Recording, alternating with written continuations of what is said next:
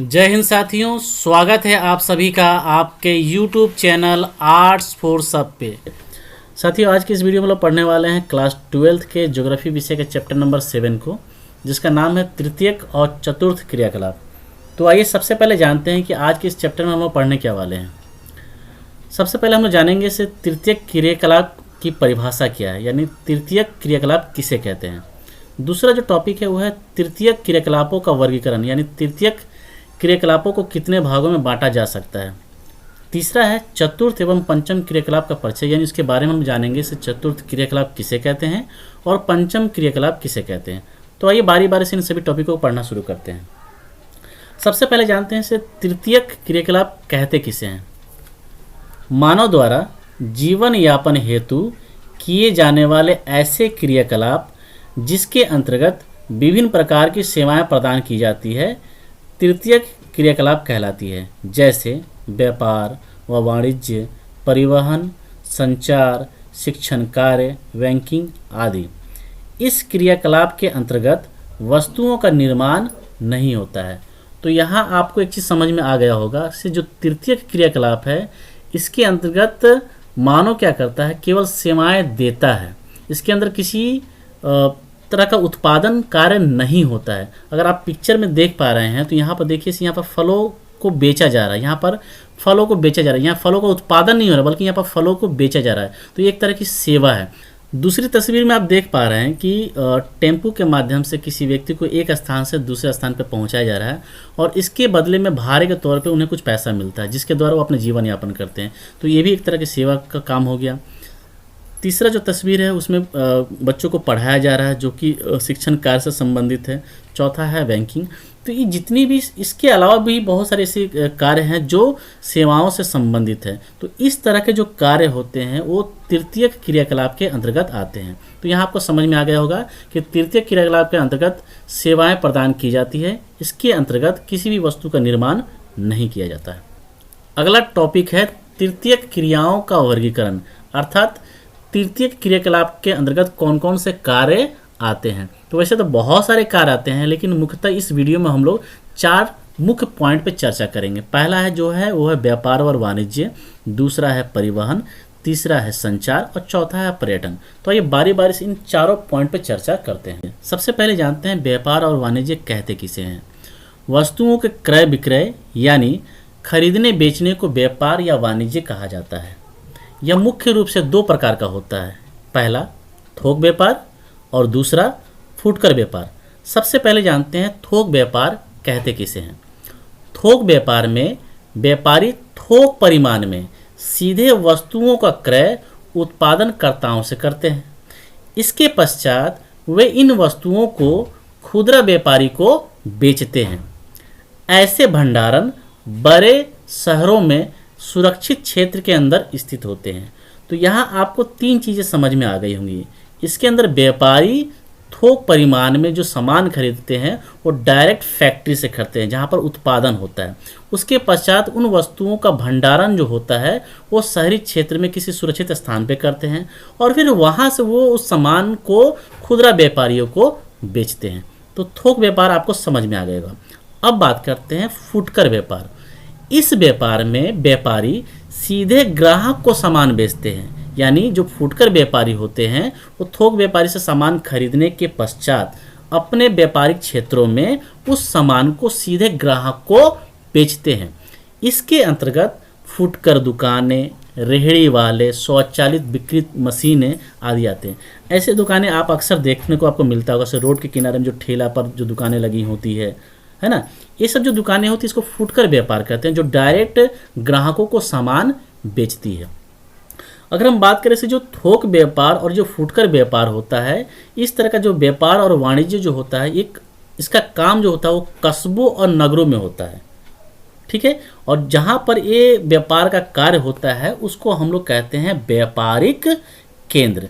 तो आइए थोड़ा सा देख लेते हैं से ये व्यापारिक केंद्र कितने प्रकार के होते हैं। तो ये व्यापारिक केंद्र मुख्यतः 3 भागों में हम लोग देख सकते हैं। पहला जो है वो है ग्रामीण विपणन केंद्र, दूसरा है नगरीय विपणन केंद्र और तीसरा है आवधिक बाजार। तो बारी बारी से इसको समझते हैं। जो ग्रामीण विपणन केंद्र होता है वो व्यापारिक केंद्र प्राय घनी आबादी वाले क्षेत्रों में देखने को मिलते हैं। यानी इस प्रकार का जो विपणन केंद्र होता है, ग्रामीण विपणन केंद्र, वे ऐसे स्थानों पर खोले जाते हैं जहां पर घनी आबादी होती है और इनमें दैनिक उपयोग की वस्तुओं का व्यापार होता है। तो यहाँ आपको क्लियर हो गया होगा कि जो ग्रामीण विपणन केंद्र होते हैं वहाँ पर दैनिक जीवन में काम आने वाली वस्तुएं जैसे कि चावल, दाल, आटा, गेहूँ, साबुन, तेल, ऐसी चीज़ों का व्यापार होता है। दूसरा है नगरीय विपणन केंद्र।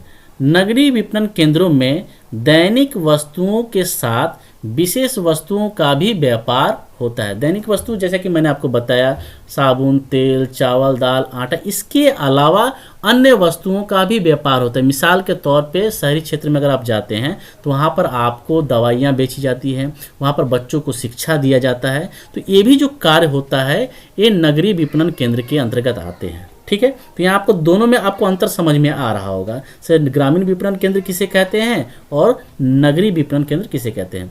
अब बात करते हैं आवधिक बाजार। जिन ग्रामीण क्षेत्रों में नियमित बाजार नहीं होते, यानी बहुत सारे से आपको गांव मिल जाएंगे जहां पर कोई अस्थायी रूप से दुकानें आपको नहीं मिलेंगी, तो वैसे क्षेत्रों में कुछ अंतराल पर वहां पर अस्थायी बाजार लगते हैं, यानी कुछ समय के लिए वहाँ पर बाजार लगते हैं। ये बाजार जो होते हैं वो साप्ताहिक भी होते हैं या पाक्षिक भी होते हैं। और इससे क्या होता है कि वहाँ के जो आसपास के जो ग्रामीण लोग होते हैं उनकी आवश्यकता की पूर्ति होती है। ठीक है, तो इस तरह के बाजार भी आप लोगों ने देखा होगा, मैं ऐसा उम्मीद करता हूँ। तो आपको यहाँ पर कॉन्सेप्ट क्लियर हो गया होगा कि ग्रामीण विपणन केंद्र, नगरीय विपणन केंद्र और आवधिक बाजार किसे कहते हैं। अगला जो टॉपिक है वो है परिवहन, जो कि तृतीय क्रियाकलाप के अंतर्गत आता है। तो जो परिवहन का जो कार्य होता है सबसे पहले उसको समझते हैं। परिवहन कहते किसे हैं? वस्तुओं और व्यक्ति को एक क्षेत्र से दूसरे क्षेत्र में लाने और ले जाने की सेवा को परिवहन कहा जाता है। परिवहन सबसे मुख्य सेवाओं में से एक है। बाकी सभी सेवाएं प्रत्यक्ष या अप्रत्यक्ष रूप से परिवहन पर निर्भर होता है। तो यहाँ आपको समझ में आ गया होगा कि परिवहन कहते किसे हैं। अगला टॉपिक है परिवहन को प्रभावित करने वाले कारक। इसके अंदर हम लोग जानेंगे वो कौन कौन से कारक है जिस पर निर्भर होकर परिवहन का कार्य शुरू होता है। तो जो सबसे पहला पॉइंट है वो है मांग। मांग का मतलब होता है डिमांड, यानी जब तक किसी वस्तु का डिमांड नहीं होता है तब तक वो कार्य शुरू नहीं होता। इसको एक उदाहरण से समझते हैं। अगर किसी व्यक्ति को किसी स्थान पर जाने की नौबत ही ना आए तो फिर परिवहन का कार्य शुरू क्यों होगा। एक और एग्जांपल समझ लीजिए, अगर किसी वस्तु को किसी दूसरे स्थान पर भेजने या दूसरे स्थान से वस्तु को मंगाने की अगर ज़रूरत ही नहीं होगी तो फिर परिवहन की सेवा शुरू क्यों होगी।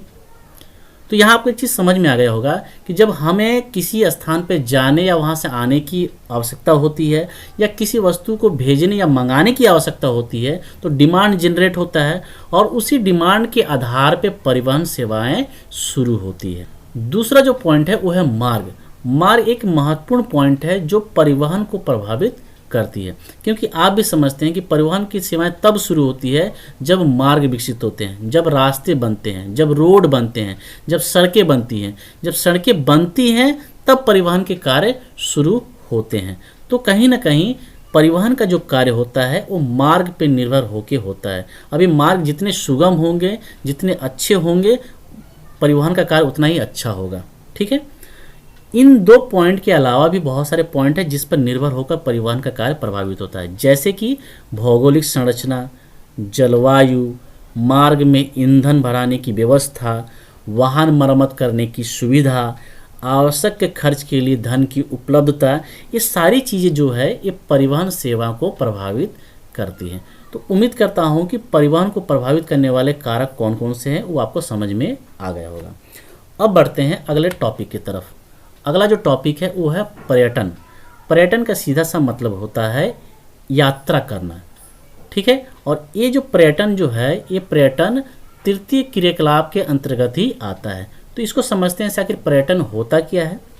पर्यटन एक यात्रा है जो व्यापार के बजाय आमोद प्रमोद के उद्देश्य से की जाती है। यानी कोई भी व्यक्ति जो यात्रा करता है वो केवल व्यापार के उद्देश्य से नहीं करता है, बल्कि कभी कभी होता है कैसे, जब आदमी किसी काम से ऊब जाता है, उसे बाहर घूमने की इच्छा होती है, थोड़ा सा माइंड को रिफ्रेश करने की आवश्यकता होती है। तो इस उद्देश्य से जब वो किसी मनोरम जगहों पर भी भ्रमण करने जाता है तो उसे हम पर्यटन कहते हैं।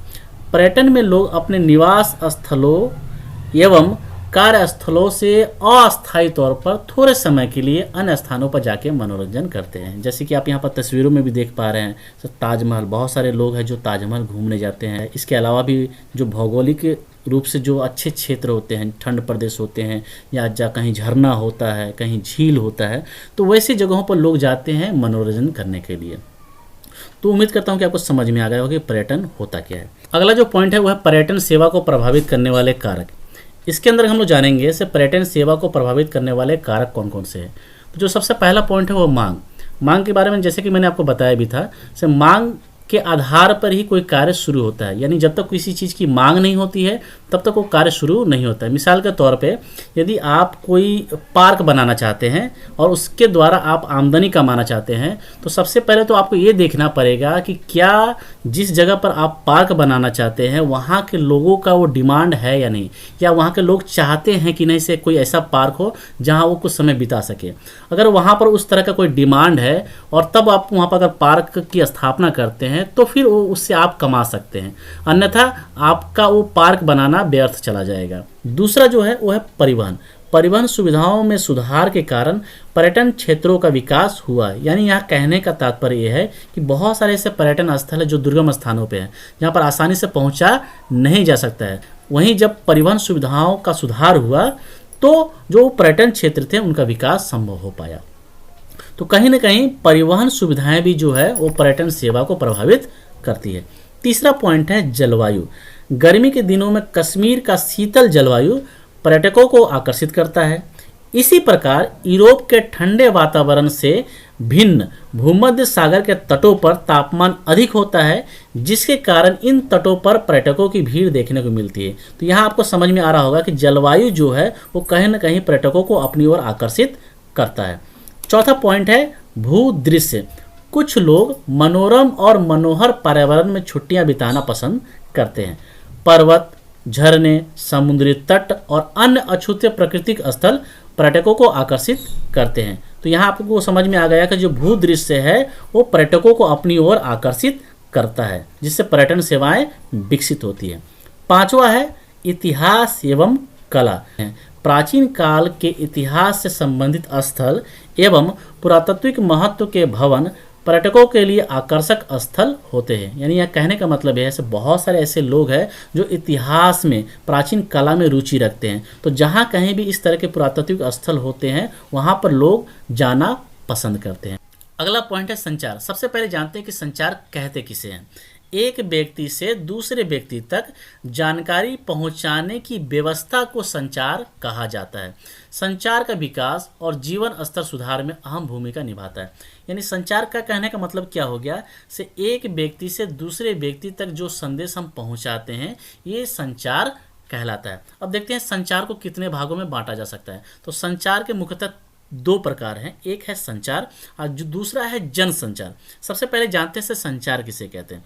एक व्यक्ति से दूसरे व्यक्ति के बीच जानकारियों के आदान प्रदान को संचार कहते हैं। और ये जो जानकारियों का जो आदान प्रदान होता है इसका जो मुख्य साधन है वो मोबाइल है, पत्र है और भी बहुत सारे माध्यम है, जिसके माध्यम से एक व्यक्ति से दूसरे व्यक्ति में जानकारियों का आदान प्रदान होता है। तो इसको हम लोग संचार कहते हैं।